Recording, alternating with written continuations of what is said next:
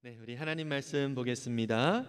하나님 말씀은 사무엘하 12장 16절에서 25절까지의 말씀입니다. 구약 성경 480면 사무엘하 12장 16절에서 25절까지의 말씀입니다. 네, 우리가 주님을 경외하는 마음으로 다 같이 일어서서 말씀을 함께 봉독하도록 하겠습니다. 같이 읽습니다. 다윗이 그 아이를 위하여 하나님께 간구하되 다윗이 금식하고 안에 들어가서 밤새도록 땅에 엎드렸으니 그 집에 늙은 자들이 그 곁에 서서 다윗을 땅에서 일으키려 하되 왕이 듣지 아니하고 그들과 더불어 먹지도 아니하더라. 이래 만에 그 아이가 죽으니라.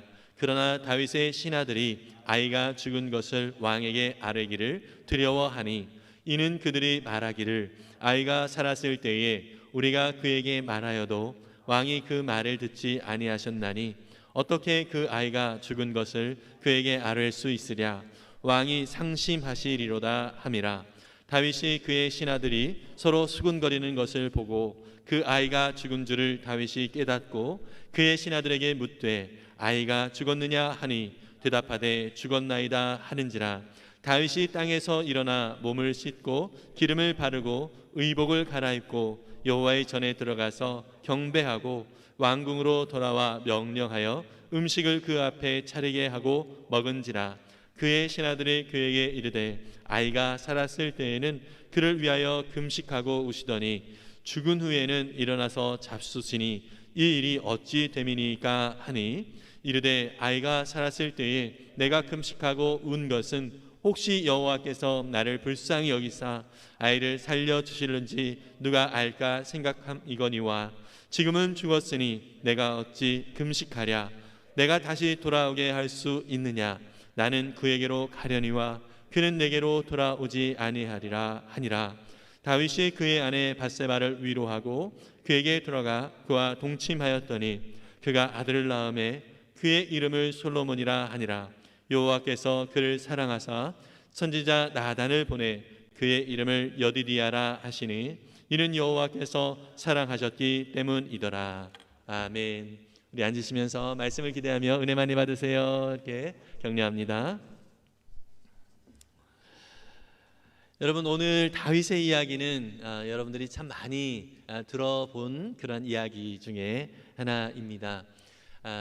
다윗이 정말 나름대로 하나님께서 주신 은혜로 믿음으로 정말 이렇게 사는 것 같았으나 또 그 나라가 하나님의 은혜로 좀 안정적으로 되어졌을 때에 부하들만 이렇게 전쟁에 보내고 자기 자신은 한가하게 옥상에 궁궐의 옥상에 있다가 건너편에 밧세바라고 하는 여인이 목욕을 하고 있는 것을 보게 되죠. 그것으로 인해서 음욕을 더 품게 되었고요. 또 사람을 불러서 그 여인을 데려오게 해서 정을 통하게 됩니다. 즉 간음을 하게 된 것이죠. 그런데 이 밧세바가 임신을 했다는 소식을 듣게 됩니다. 다윗의 머리가 상당히 복잡해졌습니다. 어떡하지 이런 생각을 하다가 나름대로 머리를 쓴 것은 전쟁터에 나가 있는 이 밧세바의 남편인 우리아를 불러드립니다. 그래서 너 잠시 휴가야, 집에 가서 좀 쉬어, 이렇게 하면서 집에 가서 쉬도록 그렇게 나름대로의 어떤 그 배려를, 겉으로는 배려를 해주는 것이죠. 근데 우리아는 상당히 충성스러운 그런 장군이었습니다. 자꾸 집으로 가지 아니하고 궁궐 문 앞에서 계속 지내고 있는 것입니다. 거기서도 잠을 자고요. 다윗이 사실 마음이 좀 조급한 거죠. 빨리 가서 아내와 동침을 해야 되는데 그러지 않고 집으로 가지 않고 계속 궁궐에서만 이렇게 지내다 보니까 이러다 저러다 참 별 생각을 다 하는 것이죠. 어떡하지 생각을 하는 끝에 어떤 결론을 내렸냐면 이 우리아는 동료들은 좀 전쟁터에서 수고하고 있는데 자기만 편하게 집에서 쉴 수 없다, 이런 마음으로 지금 나름대로 충성스러운 어떤 그 신하로서의 모습을 보이고 있잖아요. 그렇기 때문에 그것을 또 이용을 하는 것이죠. 이 우리아를 다시 전쟁터를 보내고요. 그 군대 장관인 요압에게 편지를 써서 이 우리아에게 들려보냅니다. 그 편지의 내용은 어떤 내용이냐면 이 요압에게 우리아를 전쟁이 아주 심한 곳, 그래서 죽을 수밖에 없는 그런 전쟁터로 보내라고 합니다. 그래서 이 우리아가 죽도록 가라, 이러한 내용의 편지를 쓰는 것이죠. 사실 우리아는 그 편지의 내용도 모르고 그것을 요압에게 전달을 합니다. 요압은 다윗의 명대로 이 우리아를 아주 심한 전쟁터로 보내게 됐고요. 다윗의 의도에 맞게 이 우리아는 그 전쟁터에서 죽게 됩니다. 밧세바는 졸지에 남편을 잃게 되어지는 그런 슬픔을 당하게 되죠. 결국 다윗은 공식적으로 이제 남편을 잃게 된 이 밧세바를 자신의 아내로 맞이를 하게 됩니다. 아무것도 모르는 백성들의 입장에서는 참 왕이 나름대로 마음이 참 너그러워서 지금 충성스러운 부하가 죽게 됨으로 인해서 그 부하의 아내를 취함으로 그 부하에 대한 나름대로 배려를 하는 이러한 생각으로 백성들은 결국 이제 밧세바를 왕비가 되게 하는 거잖아요. 이러한 왕으로서의 최대한의 호의를 베풀었다라고 하는 그러한 분위기를, 그러한 이미지를 백성들에게 보이는 것이죠. 그래서 어쩌면 다윗은 속내로는 상당한 죄를 저지르게 된 것이지만 백성들 편에서는 상당히 칭송받기에 합당한 그런 왕이 되어지는 것입니다. 다윗은 이런 죄를 덮기 위해서 그 자신이 더 큰 죄를 또 낳게 된 것이죠. 바로 이 간음죄를 덮기 위해서 살인을 하는 그런 죄악을 저지르게 됩니다. 네, 여러분, 이 모든 것을 다 알고 계시는 분이 있죠. 바로 하나님이십니다. 하나님은 이 모든 것들을 다 알고 계시고요. 다윗에게 나단 선지자를 보내서 이 모든 일들을 책망을 하게 합니다. 그런데 나단 선지자는요, 다윗에게 직접적으로 너가 간음을 했고 너가 살인죄를 저질렀다 이렇게 얘기를 하지 않습니다. 한 가지 이야기를 전달을 하죠. 그 이야기의 내용은 어느 마을에 부자가 있었는데 이 부자는 소와 양이 참 많이 있는 그런 부자입니다. 근데 이 부자의 옆에는 가난한 사람이 살고 있는데 이 가난한 사람은 암양 새끼 한 마리만 소유를 하고 있고 그 암양 새끼 한 마리만 있을 뿐만 아니라 그 새끼를, 암양 새끼를 자기의 자식처럼 그렇게 기르는 그런 가난한 사람이 있다라고 얘기를 하죠. 그런데 이 부자에게 어느 날 나그네 손님이 찾아왔습니다. 그런데 자기에게 있는 이 수많은 소와 양떼 중에서 잡아서 손님을 대접을 한 게 아니라 이 가난한 오직 새끼 암양 하나밖에 없는 이 가난한 사람의 그 암양을 빼앗아서 이 손님을 대접을 했다라고 하는 것이죠. 다윗이 그 이야기를 듣고서 그 사람이 도대체 누구냐? 그 사람은 죽어 마땅한 사람이다. 그리고 그 암양 새끼에 대한 보상을 4배로 해줘야 된다. 이러면서 이제 구약의 율법을 기준으로 해서 남의 것을 빼앗았을 때에 갚는 그 비율이 4배이거든요. 그렇게 이제 갚도록 그렇게 말을 하면서 상당히 분노하게 되어지죠. 이때 나단이 뭐라고 합니까? 당신이 바로 그 사람입니다 라고 얘기를 하죠. 여러분, 우리는 좀 그런 것 같습니다. 우리는 우리의 죄의 모습을 잘 보지 못하고요, 남의 죄의 모습은 참 많이 잘 보는 그런 경향이 있는 것 같습니다. 예수님도 남의 눈에 있는 티는 보지 못하고 너의 눈에 있는 들보를 보고 남의 티는 보고 너의 눈에 있는 들보는 보지 못하는 그런 완악한 모습을 책망을 하시기도 하시죠. 여러분, 참 우리는 그런 것 같습니다. 누가 이런 죄를 졌고 누가 이런 죄를 졌고 이러면서 사람들을 판단하고 비판하는 모습들은 참 많이 우리가 잘하고 있지만 심지어 우리 안에 있는 그보다 더 큰 죄의 모습들을 보지 못하는 경향이 참 우리 속에 있는 것 같습니다. 그래도 다행히도 나단 선지자가 바로 당신입니다라고 하는 이러한 지적 앞에 다윗은 순순히 인정을 합니다. 그리고 하나님 앞에 용서를 구하고 하나님 앞에 회개를 하게 되죠.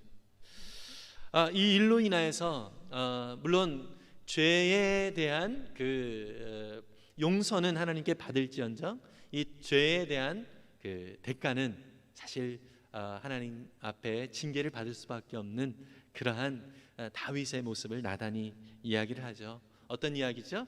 다윗의 집안에 계속 칼부림이 있게 되어질 것이다 라는 것이죠. 실제로 여러분 그 뒤에 이야기를 보면 다윗이 자기 아들 압살롬에 쫓겨서 생명의 위협을 받기도 하죠. 그리고 또 이 압살롬이 또 자기 부하에 의해서 또 죽임을 당하는 이러한 일들을 겪게 됩니다. 참 끔찍한 또 비참한 일들이 다윗의 집안에 생기게 되고요.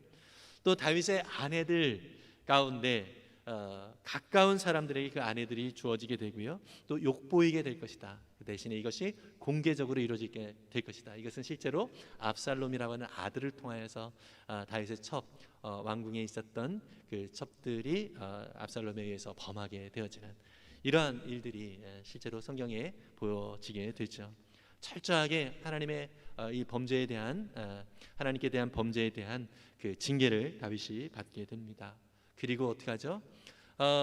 간음으로 인하여서 결국 밧세바가 임신을 하게 되어졌는데 그 아이가 태어나게 되었고요.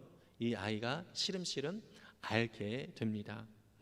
다윗은 이 아이가 정말 죽음의 위협 가운데 하나님 앞에 금식을 하면서 정말 바닥에 엎드려서 정말 하나님 이 아이를 살려주세요 하고 자기의 죄를 회개하면서 그렇게 하나님 앞에 기도를 하죠.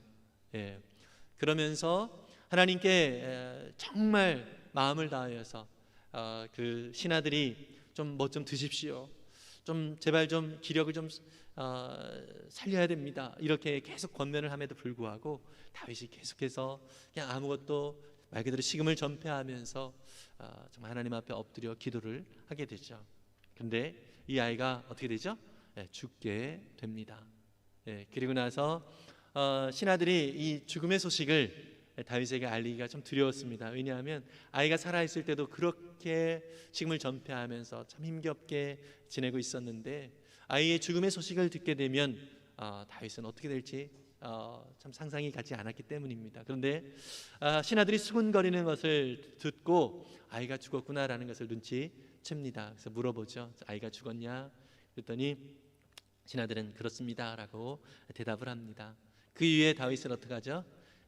스스로 일으켜 자신의 몸을 일으켜 세우고 그리고 옷을 갈아입고 하나님 앞에 경배를 드리고 그리고 왕 자리에 앉아서 신하들에게 음식을 가져오라고 그렇게 얘기를 합니다. 신하들이 의아하게 생각을 합니다. 아니 어떻게 아이가 살아있을 때는 그렇게 식음을 전폐하면서 힘겹게 지냈는데 아이가 죽었다는 소식을 듣고 오히려 더 말짱하게 되어집니까? 다윗은 뭐라고 얘기하죠? 아이에게 나는 갈 수 있으나 아이가 다시 나에게 오기는 어렵지 않느냐. 그러면서 이것은 무엇을 말합니까? 하나님의 주권을 인정을 하는 그런 발언을 하게 됩니다. 그러면서 하나님 앞에 다시 한번 일어서서 그가 또 하나님의 은혜 가운데 회복되어졌고 그리고 밧세바를 통하여서 다시 또 자녀를 낳게 되어지는데요. 그 아이의 이름이 솔로몬이라고 하는 이 이야기를 오늘 우리가 오늘 읽은 본문 속에 나와 있는 내용들입니다. 여러분 오늘 우리가 이 이야기를 통해서 좀 살펴보기를 원하는 것은요. 하나님의 말씀이 다윗에게 나단 선지자를 통하여서 왔을 때에 다윗은 자신 안에 있는 죄의 모습을 인정하게 됩니다. 여러분 다윗은요 신앙생활을 아주 잘하다가 한 가지 죄를 저질러서 몰락한 그러한 인물이라기보다는요 밧세바를 범한 이 사건을 통해서 자신이 얼마나 큰 죄인인지를 깨닫게 되는 그러한 경우인 것이죠. 이 표현은 무슨 이런 내용은 다윗이 어떤 간음이라고 하는 이런 큰 죄를 저질렀다 이런 차원이 아니라 다윗 자신이 이 죄를 저지름으로 인해서 자기는 본질상 죄인이구나라는 것을 깨닫게 되었다라는 것이죠.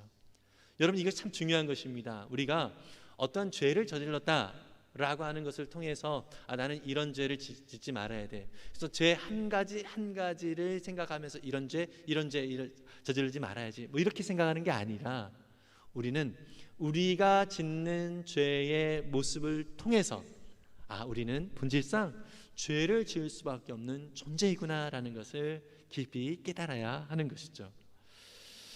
여러분, 모든 사람이 이렇게 죄의 영향 아래에 있는 것입니다. 다윗도 그렇고요, 우리도 마찬가지라고 하는 것이죠. 그래서 우리는 우리가 거짓말을 했거나 혹은 젊은이들 음란 사이트에 들어갔다거나 이런 죄를 저질렀을 때에 내가 이 죄를 저지르지 말아야지, 그 하나하나만 생각하는 것이 아니라 그것을 통해서 우리는 나는 죄인이기 때문에 죄를 지을 수밖에 없는 존재이구나라는 것을 확인해야 하는 것이죠. 하나님의 말씀이 바로 이 사실을 우리 가운데 알려주고 있는 것이죠. 로마서 3장 23절은 이렇게 말씀하고 있습니다. 함께 읽어볼까요? 모든 사람이 죄를 범하였습니다. 그래서 사람은 하나님의 영광에 못 미치는 처지에 놓여 있습니다. 여러분, 여기서 모든 사람이라고 얘기를 하고 있죠. 모든 사람이 죄를 범했다라고 얘기하고 있습니다. 여기서는 우리 모두를 포함하고 있는 표현입니다. 그래서 우리는요, 하나님의 영광에 다다르지 못하는 존재입니다. 하나님의 영광을 바라볼 수가 없는 자들이에요. 근데 여러분, 저와 여러분들이 지금 예배를 드리면서 하나님의 영광 가운데 나아가고 있잖아요. 이게 사실 하나님의 놀라운 은혜인 것이죠. 여러분, 시편 51편은요 다윗이 나단 선지자 앞에 이 책망을 받고 자신의 죄를 자백하고 회개할 때 지은 시가 시편 51편이거든요.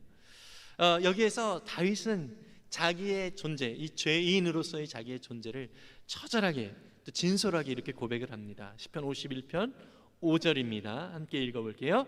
실로 나는 죄 중에 태어나고 어머니의 태 속에 있을 때부터 죄인이었습니다.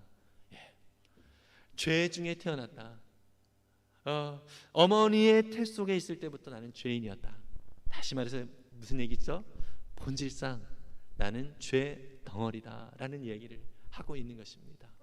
시편 51편을 쭉 읽다 보면 죄가 내 앞에 있다 이런 표현을 쓰고 있거든요. 이것은 무슨 얘기죠? 나는 그냥 내가 행하는 모든 발걸음 하나하나가 죄를 짓는 일밖에 없다라는 표현인 것입니다. 이것이 인간의 본질적인 모습이라는 것을 다윗은 깊이 이 밧세바의 사건을 통하여서 깨닫게 되는 것입니다. 자신이 끔찍한 죄인임을 발견한 이 다윗은요, 이 상황을 벗어날 수 있는 유일한 길이 오직 하나님께 나아갈 수밖에 없다라는 것을 깨닫게 되는 것입니다. 이 죄의 영향 아래 있을 수밖에 없는 자기 자신이 너무나도 불쌍한 존재이구나라는 것을 알게 되는 것입니다. 그래서 자신은 특별히 하나님 앞에 잘 보일 필요가 없는 거예요. 그냥 그 모습 그대로 하나님 앞에 나아가는 것이죠. 죄로 인해서 끔찍한 이 죄의 영향 아래서 고통을 당할 수밖에 없는 자기 자신, 죄 아래에서 비참하게 살 수밖에 없는 안타까운 자기 자신, 자신의 현실을 우리 주님께 내어 맡기면서 주님 앞에 엎드리는 내용이 바로 시편 51편의 내용인 것입니다. 그러면서 하나님 앞에 이렇게 진솔하게 나아가는 것입니다. 시편 51편 17절인데요. 함께 읽어볼까요? 하나님께서 원하시는 죄물은 찢겨진 심령입니다. 오 하나님, 주님은 찢겨지고 짓밟힌 마음을 멸시하지 않으십니다. 자신의 죄의 모습을 돌아보니까 너무나도 끔찍하죠. 너무나도 안타까운 거예요. 이것은 자신의 어떤 그 간음이라고 하는 행위뿐만 아니라 자신이 살아가는 이 삶 자체가 자신이 짓는 어떤 그 죄의 행위뿐만 아니라 죄의 영향 아래서 내가 잘못이 없어도 그 죄의 영향 아래서 나는 상처를 입게 되고 이 마음이 찢겨지는 그러한 삶을 살아갈 수밖에 없는 존재구나라는 것을 처절하게 깨닫게 되는 것입니다. 여러분, 이러한 다윗의 심정이 이해가 되십니까? 우리는요, 사실 우리 자신도 스스로를 돌아보면 정말로 죄 아래에서 어쩔 수밖에 없는 자기 자신을 발견하게 되죠. 정말로 내가 짓지 않은 그런 죄의 영향 아래에 있는 이 안타까운 현실. 여러분들 오늘 본문을 통해서 그런 생각을 하신 분들도 있을 거예요. 밧세바로 간음을 하여 아이가 태어났잖아요. 근데 이 아이가 다윗이 지은 죄 때문에 어떻게 되죠? 죽음을 당해요. 여러분, 아이의 입장을 생각해 보시면서 어떤 마음이 드십니까? 하나님 너무하신 거 아니에요? 이런 생각이 들지 않습니까? 이것은요, 사실 오늘 우리의 현실이기도 합니다. 우리가 우리 주변에 있는 상황들을 바라보면서요, 어떤 사람들을 바라보면서 하나님 앞에 저렇게 믿음으로 잘 살아가고 있는데 저의 삶은 왜 이렇게 고통 속에 있고 또 아픔 속에 있고 또 정작 죄를 저지른 사람은 저 사람인데 그 가족들이 고통을 당하고 있고, 이러한 모습들을 참 우리는 많이 보게 됩니다. 이것이 사실 죄 아래에 있는 이 세상의 현실이라고 하는 것이죠. 다윗은 자신의 삶 속에서 이 죄의 영향 아래 어쩔 수밖에 없는 이 자기 자신, 그래서 참 비참하고 끔찍한 이 현실 속에 있을 수밖에 없는 이 자기 자신, 이것을 바라보면서 너무나도 마음이 상한 자기 자신, 찢겨진 심령, 짓밟혀진 그런 심령으로 하나님 앞에 나아가고 있습니다. 왜냐하면 이 모든 것들을 해결해 주실 분은 하나님이시기 때문인 것이죠. 아까 말씀드렸던 질문으로 돌아가서 왜 하나님은 아이를 죽이셨을까? 여기에 대한 답은 여러분 어떻게 하실 수 있겠습니까?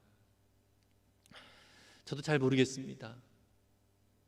그러나 이 세상은 이 죄의 영향 아래서 참 많은 이들이 고통을 당합니다. 죄를 지은 것 같지 않은 그런 아이들이 많이 고통을 당하고요. 이게 사실 현실적으로 오늘날 우리가 많이 접하고 있는 현실이죠. 오늘 새벽에도 뉴스를 봤는데 우크라이나의 러시아에서 또 미사일을 공격을 또 받는 바람에 우크라이나의 어린 아이들, 심지어 1살이 채 안 된 아이들도 죽게 됐다는 너무나도 안타까운 소식을 듣게 됐습니다. 여러분, 이것이 사실 하나님 왜 이런 일들이 이 땅에 벌어지죠? 아이가 무슨 죄가 있다고 이 세상에 이런 일들이 벌어지죠?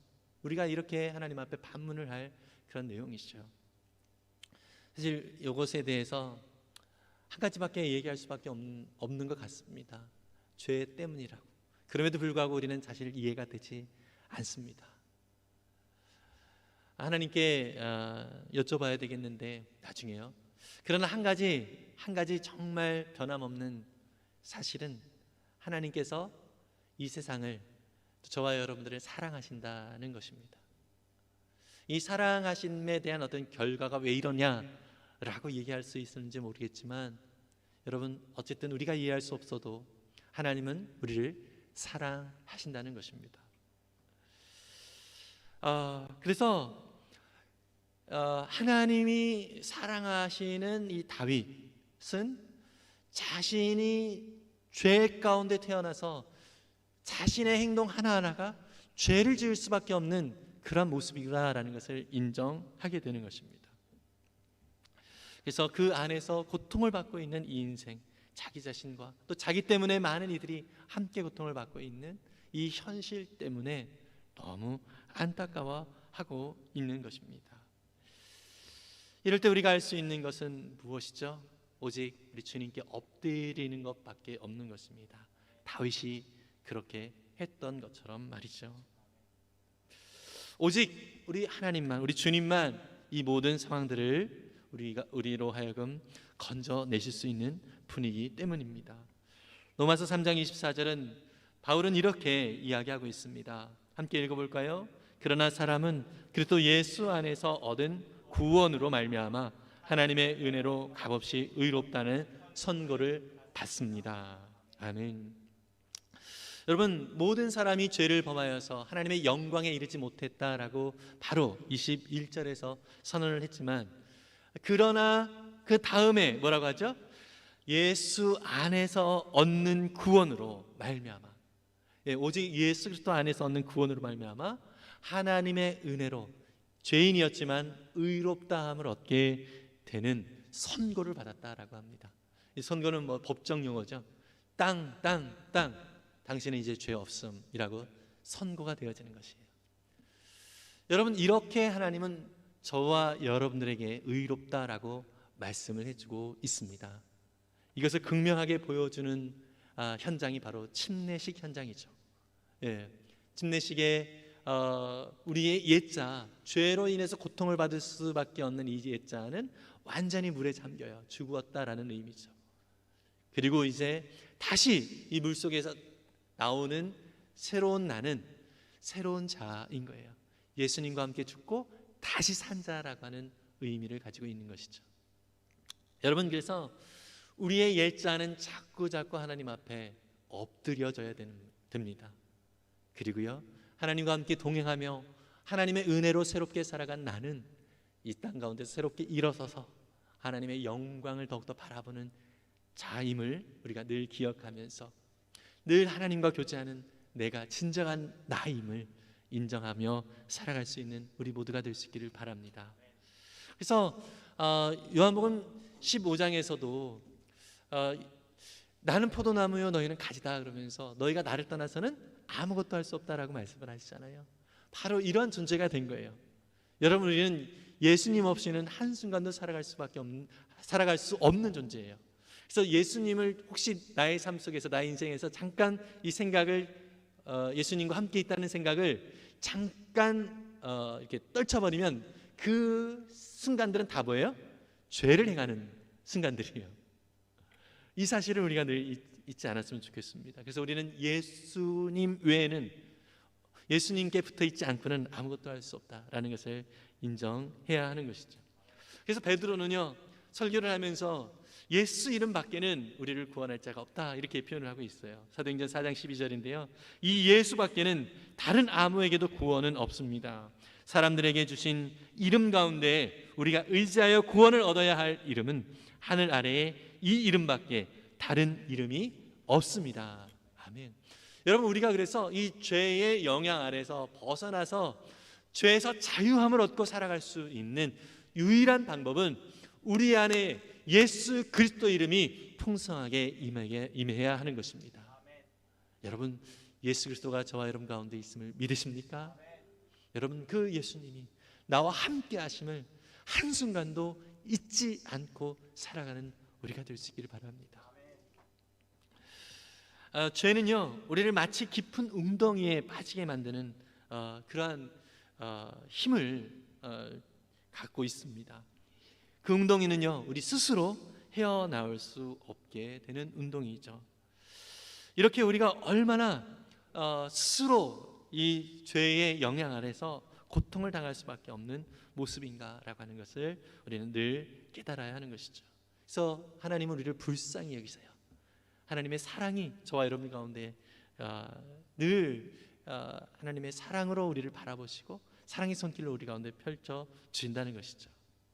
그래서 우리를 사랑하시기 때문에 그 구렁텅이, 웅덩이에서 우리를 건져 주시고요, 이런 지저분한 그런 영향 아래에 있는 우리를 어떻게 하죠? 하나님께서 깨끗이 씻어 주신다는 것이죠.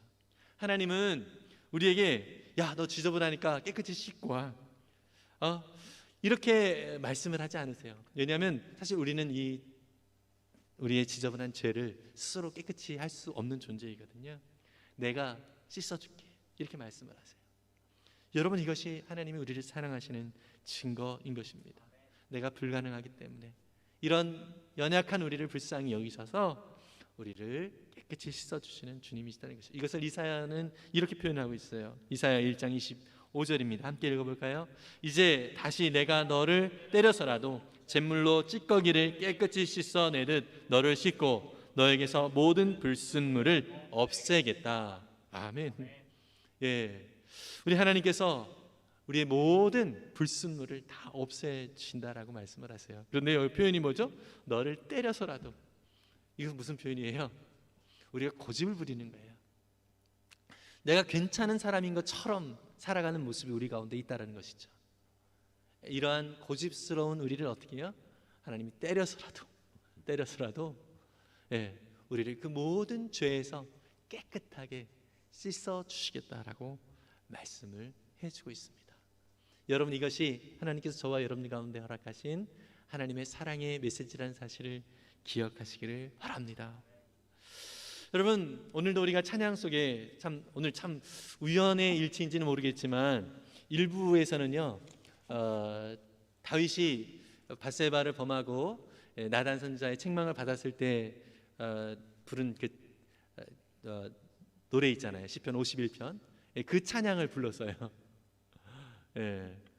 그래서 2부에는 또 시편 40편, 정말 구렁텅이에서 나를 건지시는 그 하나님, 예, 그 하나님을 찬양을 하죠. 하나님의 음성을이라고 하는 찬양, 여러분 기억나십니까? 예, 깊은 웅덩이와 수렁에서 끌어주시고 나의 발을 반석 위에 세우시사 나를 튼튼히 하셨네. 여러분, 다윗은 시편 40편에서 바로 이렇게 고백을 하죠. 하나님이 나를 구렁텅이, 정말 나 스스로 벗어나올 수 없는 그런 현장 속에서 하나님이 나를 건져주셨구나, 이런 믿음의 고백을 합니다. 함께 읽어볼까요? 시편 40편 1절과 2절입니다. 함께 읽습니다. 내가 간절히 주님을 기다렸더니 주님께서 나를 굽어보시고 나의 울부짖음을 들어주셨네. 주님께서 나를 멸망의 구덩이에서 건져주시고 진흙탕에서 나를 건져주셨네. 내가 반석을 딛고 서게 해주시고 내 걸음을 안전하게 해주셨네. 아멘. 하나님 앞에 엎드리며 나아갔을 때에 하나님께서 자기를 이렇게 건져주시는 은혜를 허락해 주셨다라고 고백을 하고 있습니다. 그리고 이렇게 자신을 건져주신 하나님께 감사하면서 하나님을 노래하고 하나님을 찬양합니다.